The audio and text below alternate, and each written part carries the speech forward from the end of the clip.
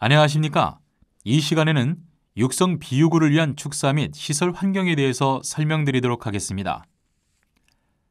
우사 구조를 설계할 때의 기준은 여러 가지가 있겠지만 우선 축사의 위치 또는 사유 규모가 중요하다고 하겠습니다. 과거의 축사는 산등성이 주위에 건축하였으나 현재는 논이나 평야 주위에 건축하는 경향이 많아지고 있는 추세입니다. 우사 건축 시 고려해야 할 사항으로는 첫째, 사육 방식을 비육 중심으로 할 것인지 일반 사육 중심으로 할 것인지를 결정하여야 하며 둘째, 관리 방법을 계류식으로 할 것인지 방사식으로 할 것인지 기타 우사 형태, 우사 배치, 분뇨 처리 방법 등을 고려하여야 합니다. 우사의 중점 시설 가운데 지붕은 높을수록 좋습니다. 분뇨 분리를 위해 로더와 같은 장비가 자유롭게 출입이 가능해야 하며 지붕의 재질은 단열재 처리가 된 패널이 좋습니다. 따라서 선라이트나 FRP 등과 같은 투강재는 소의 환경관리, 즉 사육시설로는 부적합한 재료인데도 불구하고 현장에서는 바닥재 관리를 위한 시설로 많이 사용하고 있는 실정입니다. 아울러 현장의 우사는 우사폭이 넓기 때문에 송풍기를 주로 사용하여 여름철 관리를 하여야 합니다.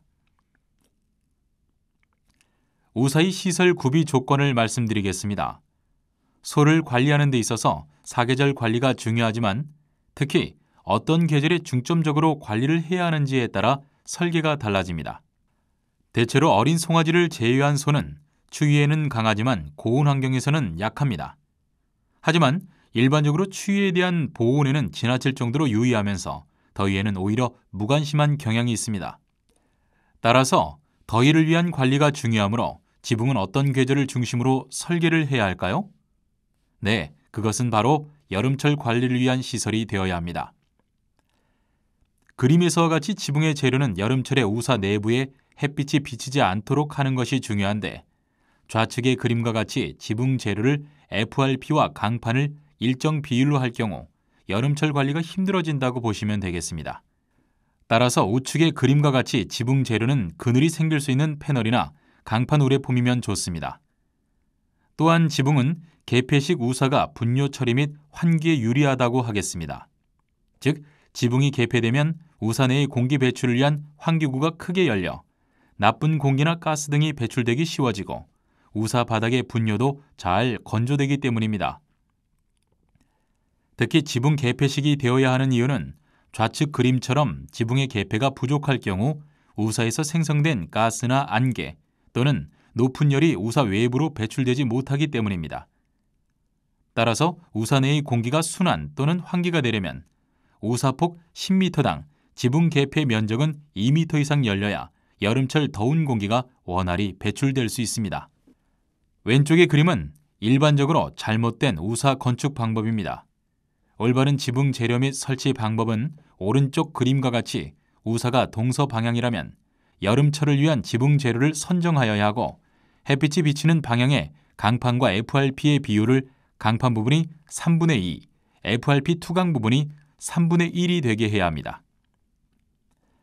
환기 방법으로는 음압, 양압, 중압 방식이 있는데 그것은 우사의 폭에 따라 환기 방식을 다르게 적용하여야 합니다. 예를 들면 음압식은 축사의 폭과 길이가 12m 이내인 경우, 양압식은 8m 이내, 중압식은 12m 이상인 경우에 하여야 하는데 현재 대부분의 축사는 중압식 규모로서 공기를 넣고 빼주는 환기 방식이 적합하다 하겠습니다. 그런데 위의 그림과 같이 현재 대부분 하고 있는 송풍 방식으로는 적절한 환기가 이루어지지 않아 여름철 한낮의 바깥 기온이 33도씨일 때 우사 내부의 하부는 35도씨, 가운데는 38도씨, 육마로 가까운 곳은 42도씨 전후로 관리가 되고 있는 현상이 나타납니다. 이처럼 여름철 한낮에 우사 외부보다 내부 온도가 높게 올라가는 이유는 환기 방식이 잘못됐기 때문입니다. 우산의 환기팬 설치 현황은 위의 그림과 같이 초기에는 대부분 앞에서 소에게 직접 바람을 주는 대형 선풍기를 사용하였고 그 다음으로 대형 환풍기를 수평으로 설치하여 환기를 해주었습니다. 그런데 이렇게 하면 여름철 더운 열이 상승하는 것을 다시 아래로 내려주는 것이 되어 우산의 온도 및 습도가 상승하게 되고 소가 활동하기 더욱 힘든 환경이 되었습니다. 이런 문제점을 해결하기 위해 현재 환기팬의 설치에 대하여는 여러 가지 형태를 권장하고 있으나 일반적으로 우사 바닥을 향하여 약 15도에서 20도 정도 우산의 먹이통의 반대 방향으로 기울여 설치하여 주는 것이 가장 효율적이라고 알려져 있습니다. 설치 높이는 우사의 높이에 따라 다르지만 보통 바닥으로부터 2.5에서 3m 정도가 적당하다고 하겠습니다. 우사의 환기 개선 방법에 대해 예를 들면 위의 그림과 같이 과거에 우사의 폭이 좁았을 경우에는 지붕 용마루 부분에 작게 개폐된 부분으로 자연 환기가 이루어졌습니다. 그러나 아래 그림과 같이 우사의 처마를 연결하거나 우사의 폭이 커지면서 환기가 아래 좌측 그림과 같이 우산에 오염된 공기는 우사 용마루로 배출하지 못하고 우사 내부에 축적이 됩니다. 이것을 해결하기 위해서는 우측 그림과 같이 처마를 연결한 상부 지점에 환기팬을 설치하여 오염된 공기를 배출시켜 주어야 환기가 원활하게 될 수 있습니다.